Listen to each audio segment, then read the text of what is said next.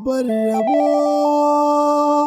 babban rabo, babban rabo nufi ne na Rabbana. Babban rabo, babban rabo.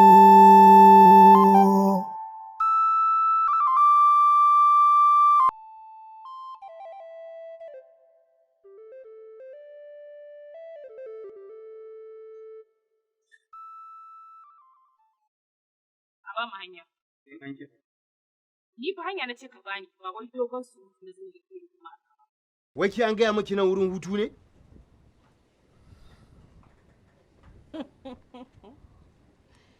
To kun je 'yan mata da ku yake.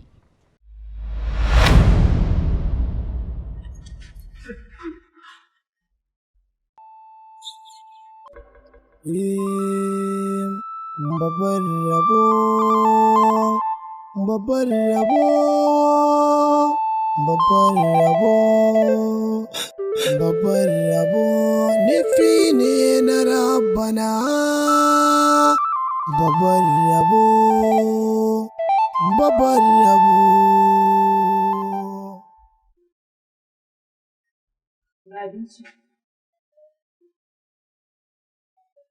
Ina mamakin wannan sabon sauyi naki.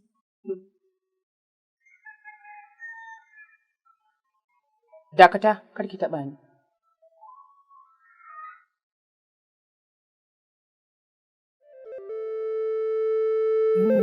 Masarautar zamba ba sa yin kyauta sai dai haddasa barna. Si gini na mugunta za a yi mugunta sun haddasa ɓanna. Babbare sarki mago, sarki mago, sarki mago. Gida na mugunta me shirya mugunta. Ina fursunoni na suke? Suna ciki. Ina tambayar ka shi shuka yali. Suna ciki.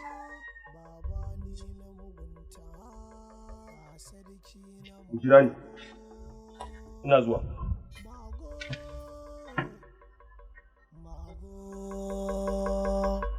Mago, sarki mago, uba na mugunta.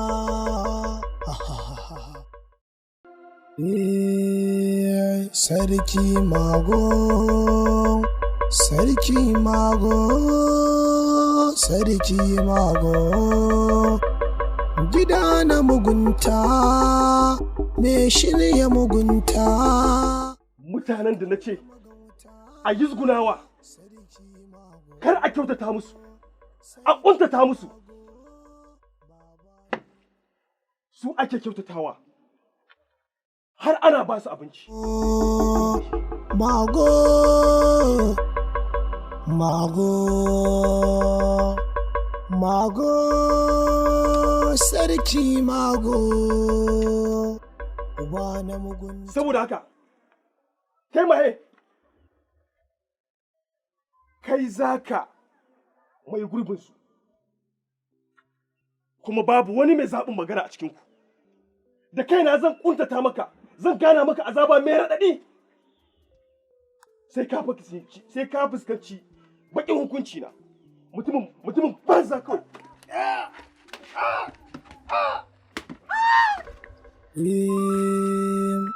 Babban rabo, babban rabo. Kai, ku ɗauke shi, ku shigar da shi cikin kurkuku, kuma ku za ku kula da shi. Saboda haka, kar wanda ya ba su abinci suka ci, ko ya ba su ruwa suka sha, shi ma sai ya fuskanci uquba makamaciyar wannan. Ku tashi ku shigar mun da shi ciki.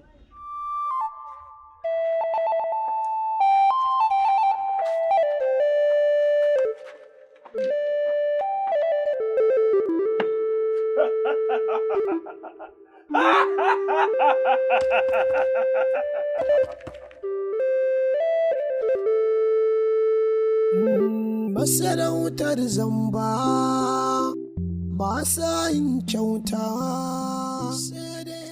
Ina mai maka nasiha akan abin da ya same ka. Yau ina matsayinka. Waye aka umarta da ya kawo mu wurin nan aji? Me kai aka kawo ka? Ya kamata ka yi wa kanka karatun tanasu. Ko ba haka bane? Gaskiya ne. Yau ina matsayin naka. Gashi nan ka fada a banza. Ashe kai ba kowa bane. Da abin da kake takama da shi gashi nan yadda ka kare. Yanzu ina mai taimakon naka. Dakata. Ai daman na gaya maka. Nace duk wani musulmi bai da wani karfi Allah ne ke mashi yaki. Gashi kun fara nakasa junanku. Nan da wani dan lokaci kadan za ku fara kashe junanku. A duniya ma kenan. Ina kuma ga lahira. Gini na mugunta. Za a yi mugunta sun haddasa ɓanna. Babban rabo. Na gulladan hatsi aka yo ka. Dare guda kaka girma, dangana mai hadiya. Mai ci kaman wuta ta kama, mai ci kaman makawan doki.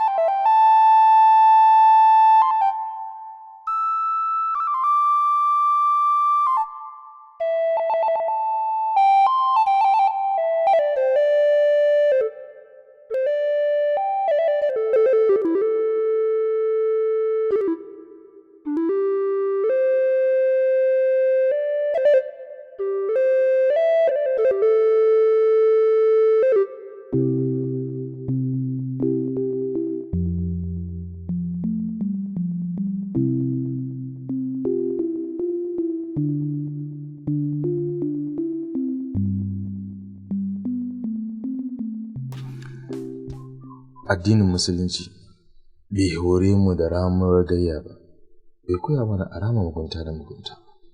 Gaskiya ne. Har yanzu kana da damar tuba. Hakan yasa muke kiranka da ka daina aikata mugunta. Yanzu ka duba. Tun a duniya kenan. Mutum dan uwanka ya saka ka a cikin wannan halin. Ina ga ranar gobe kiyama an ka koma ga mahaliccinka.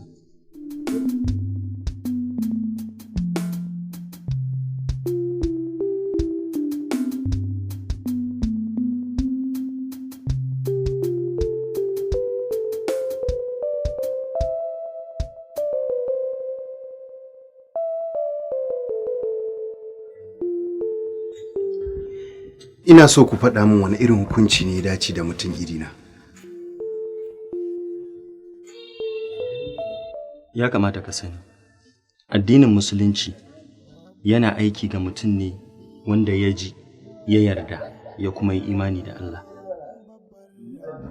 A don haka, mu ba mu da hukuncin da za mu yanke maka, sai dai mu baka shawarwari.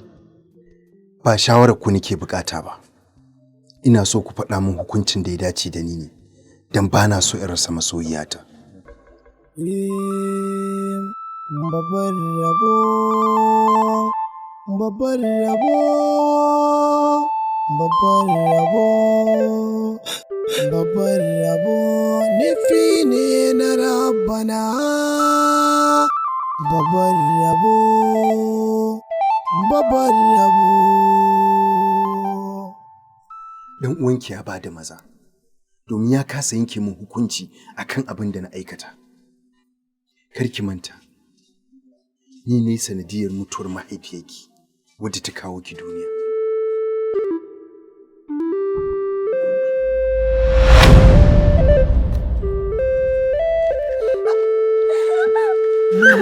Masarautar zamba ba sa yin kyauta sai da haddasa barna. Si gini na mugunta za a yi mugunta sun haddasa barna.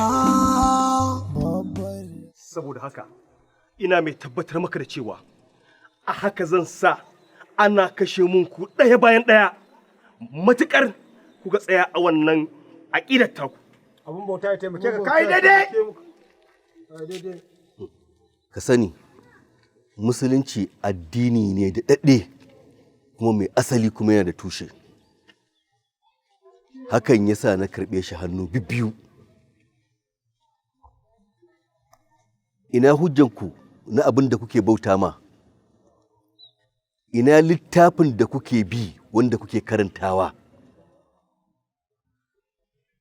Addinin musulunci ya gaji wannan irin hali na bita da kulle da kisan gilla da ake ma duk wanda ya karɓe shi. Don haka ina mai tabbatar maka da cewa inda za ka kashe mu ɗaya bayan ɗaya, zuri'a ta karanka ta kaf, ba za mu dawo kan abin da kake so ba. Ka gaggauta tuba, ka gaggauta istighfari, ko kuma ka gaggauta kashe ni yanzu nan. Abin bauta ya taimaki. Ƙarya kake, tsalan uwaka. Na jar rubuta kwa. Rike mun nan. Allah ya baka nasara. Kai, abin da ba ni wukan nan.